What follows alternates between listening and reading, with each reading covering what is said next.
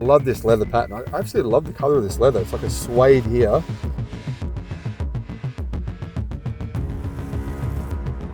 There's been a lot of speculation about whether or not the best looking Zeekr, and possibly one of the best looking cars ever made, would come to right-hand drive markets, meaning Thailand, Malaysia, the UK, maybe even Japan, but particularly also Australia, where many Australians have been asking for it. Just Google it, you can find it. This is the top listing for this car. Is this car coming to Australia? Reddit, is this car coming to Australia? And there's numerous media articles kind of speculating on this news. I can say firsthand that the Australian CEO has confirmed, yes, it is. It is definitely coming to the Australian market. It's coming to right-hand drive markets. You know, what you need to do is contact Zeekr. If you are in a right-hand drive market, tell them you want this car.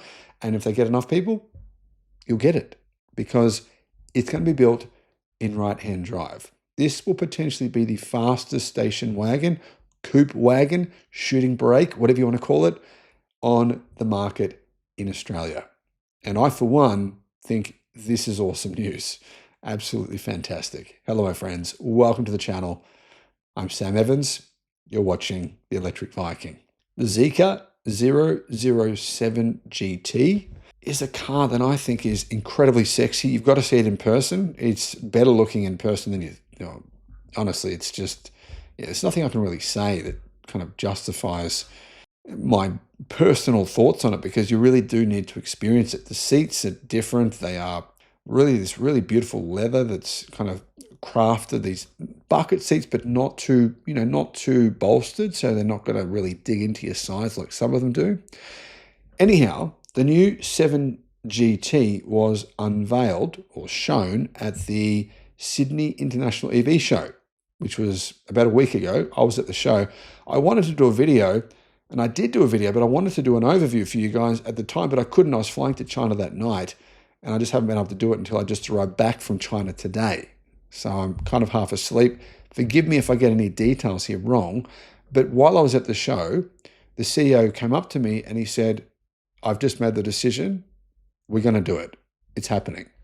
Now, I can tell you that this guy is very highly ranked. He's not just the CEO of Australia, but he's very highly ranked in Zeekr's hierarchy in Geely as well. So this is going to happen.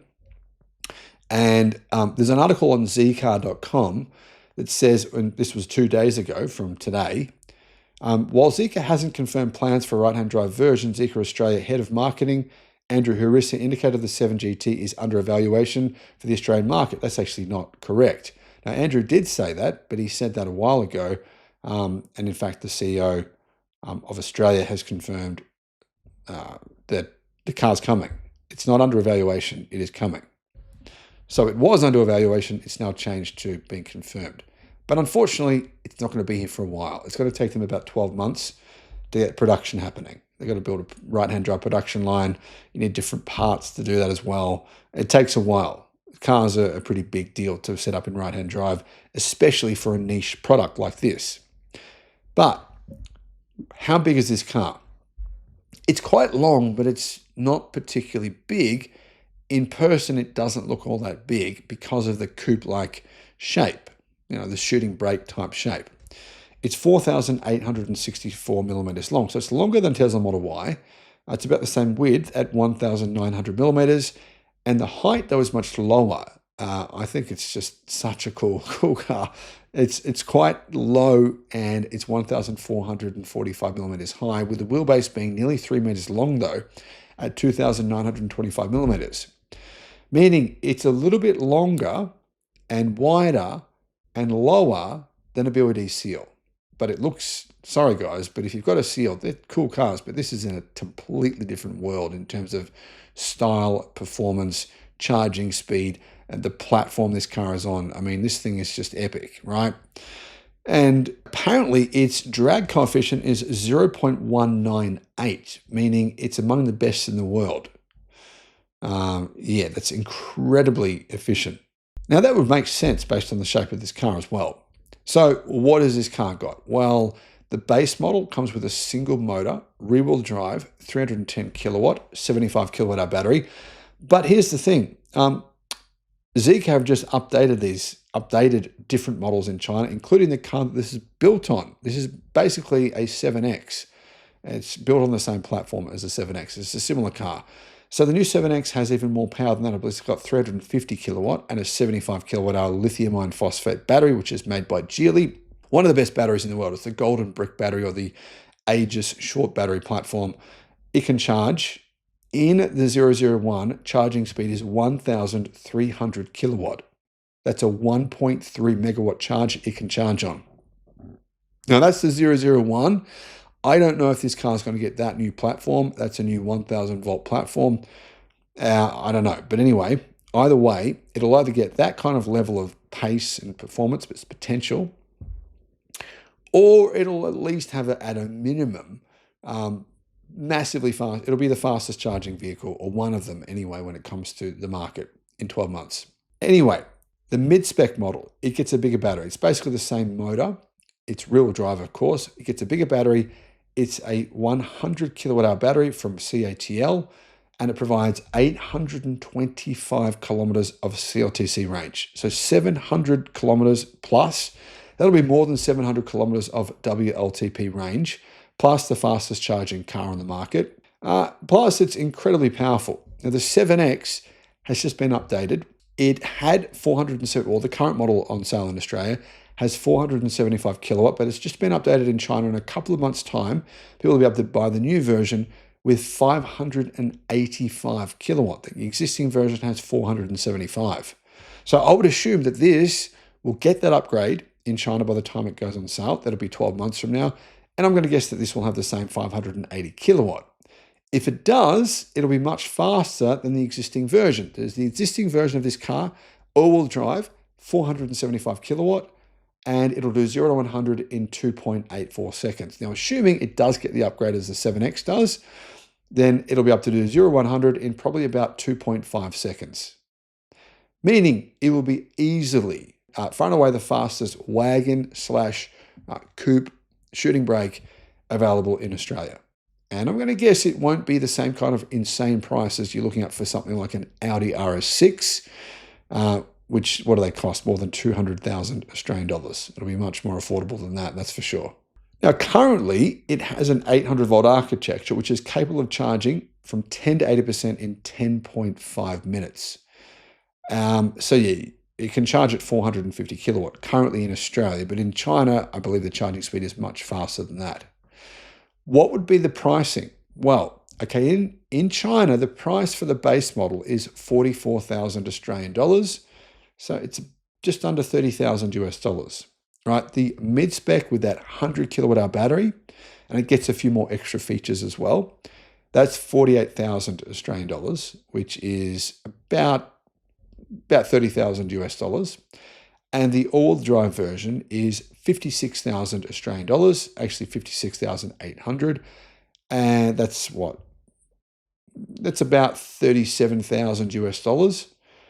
But you can add 20% to those numbers. So you'd be looking at probably the base model might come in at around $60,000, and the all-wheel drive performance might come in at potentially about 85,000. Estimate, $85,000, right?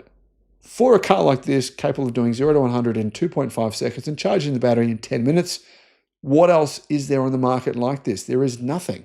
Nothing. There is literally nothing at all. So this may be a niche car, but if you want a car like this, and I think there's a lot of people who do, and that's why they're going to sell it, because they've had so many people ask for it. And look at Google. Look at all the people searching for this thing saying, is it coming? Is it coming? It's got a market to itself. There's nothing in the segment. So I think it's going to sell really, really well. Now, to give you a comparison, the 7GT, it's just a little bit more expensive. It's about 10% more expensive than the 7X in China.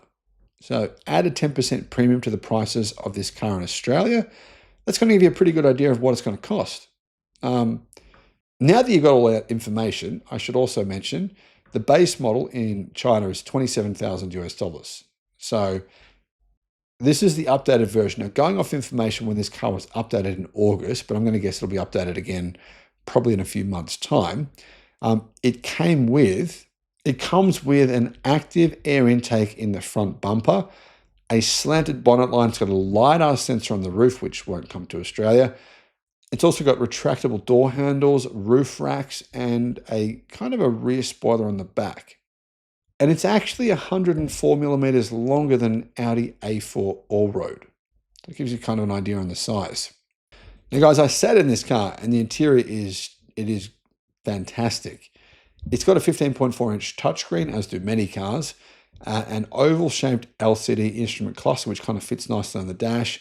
It's also got a really cool 35.5-inch augmented reality heads-up display and an AI-powered voice assistant with apparently 200 functions. Plus, it gets basically the same steering wheel as the 7X gets, but the car's center center console gets some physical buttons and an interesting compartment. It's also got a fridge, plus it's got a storage space on top of the fridge. That's where the center console goes. Now, of course, I'm going to guess that the fridge will be an optional extra. So it's probably not going to come standard. But it does have two 50-watt wireless phone chargers, and it's got speakers in the headrest, which are pretty cool. It's got a large panoramic sunroof, which apparently blocks 99.99% of UV rays. And it's got a cover for that sunroof. It's like an automatic adjustment. It's very, very similar cover to what you get in the 7X.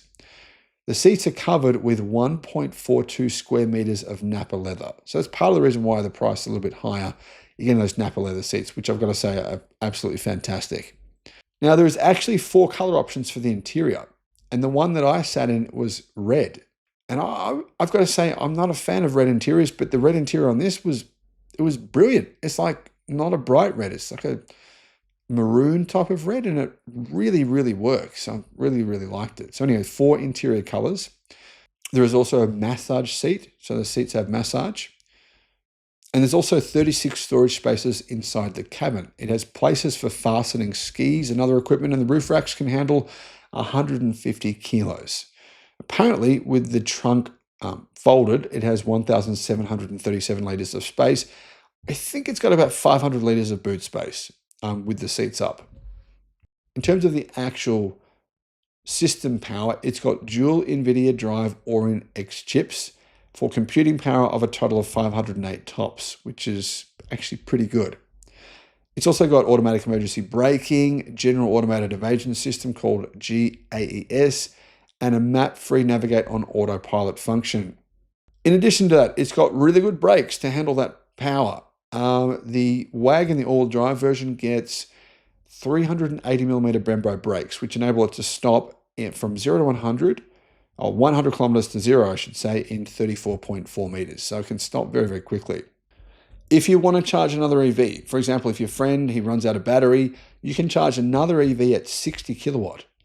This car can put out 60 kilowatt to charge another EV. I don't know how that's possible, but this is, as far as I know, there's no other cars with that. In addition, it gets the Magic Car air suspension system and the CCD continuous damper control system that Zeekr's 7X gets too.